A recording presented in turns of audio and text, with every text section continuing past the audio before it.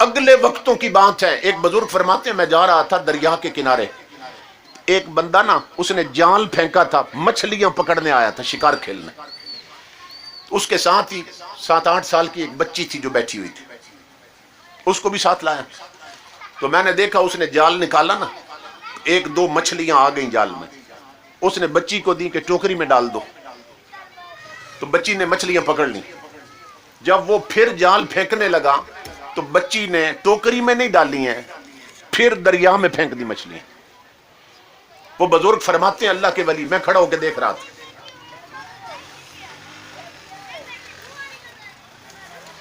کہ بچی سمجھدار نظر آ رہی، اس نے پھر کیوں پھینک دیے دریا میں؟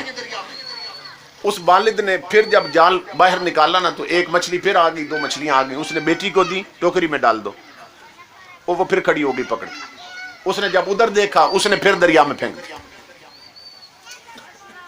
کچھ دیر کے بعد باپ سمجھا بھائی اب ٹوکری بھر گئی ہے، جال اس نے نکالا، لپیٹا اور کہا چلو اب چلتے ہیں۔ جب آیا ٹوکری کے پاس تو ٹوکری خالی تھی،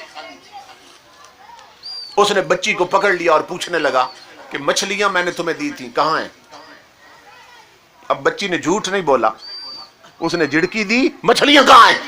اس نے کہا ابا ناراض نہیں ہونا، وہ میں نے پھر دریا میں پھینک دی۔ اس نے پوچھا بیٹا تو نے ساری محنت برباد کر دی، ایسا کیوں کیا؟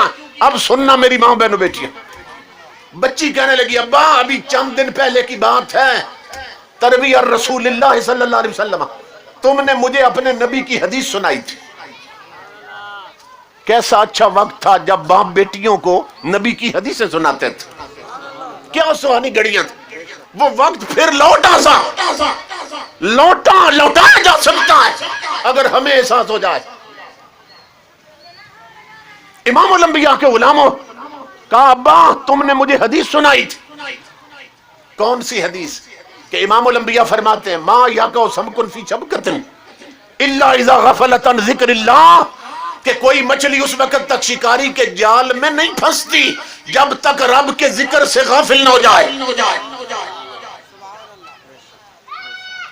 ابا جی آپ نے مجھے حدیث سنائی تھی حضور، تو بیٹا پھر کیا ہوا؟ کہا ابا جب مچھلیاں پھنسی نہ جال میں آپ نے مجھے دی تو مجھے حضور کی حدیث یاد آ گئی، میں نے سوچا اس کا مطلب یہ ہے انہوں نے رب کا ذکر چھوڑا ہے تو جال میں پھنسی ہیں، تو ابا میں نے دریا میں اس لیے پھینک دی، مجھے ڈر لگا یہ غافل مچھلیاں کھا کے ہم بھی اللہ سے غافل نہ ہو جائیں۔